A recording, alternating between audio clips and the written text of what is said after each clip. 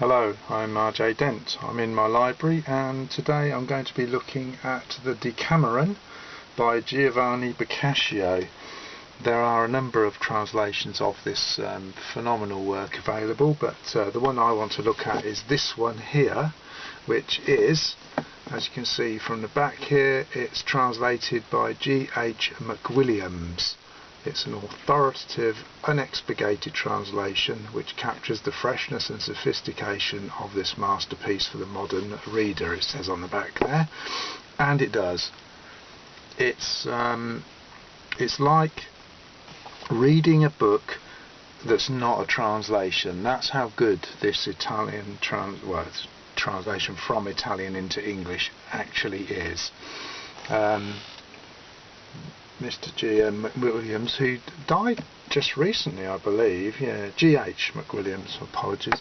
G.H. McWilliams, I understand he died quite recently. He was the professor of Italian at Leicester University for many years, and this translation of the Decameron into English is a considerable achievement. It's the book itself is wonderful, and I would say that if you were going to read a translation, probably start with that one. It's just been there was a revised edition a couple of years ago, but it's beautiful. For those of you who don't know the Decameron, it's 10 people telling 10 stories.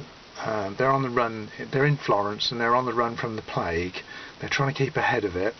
And what they do is, on their journey away from where the plague is ravaging the city, they stop in stately homes, commandeer their house and gardens.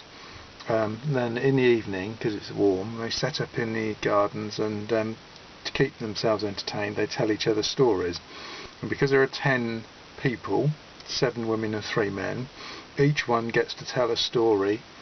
And the stories range from sort of moral fables to adventure stories to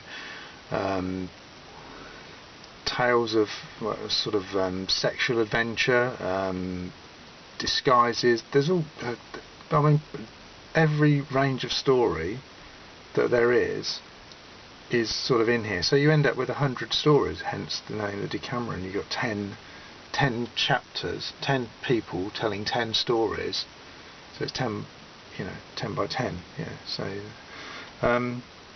and it is wonderful. It's beautiful. Your life will be enriched by reading this book. It's one of those ones. It's the cornerstone of literature.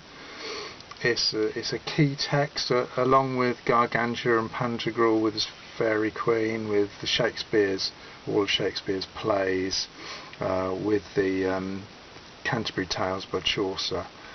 And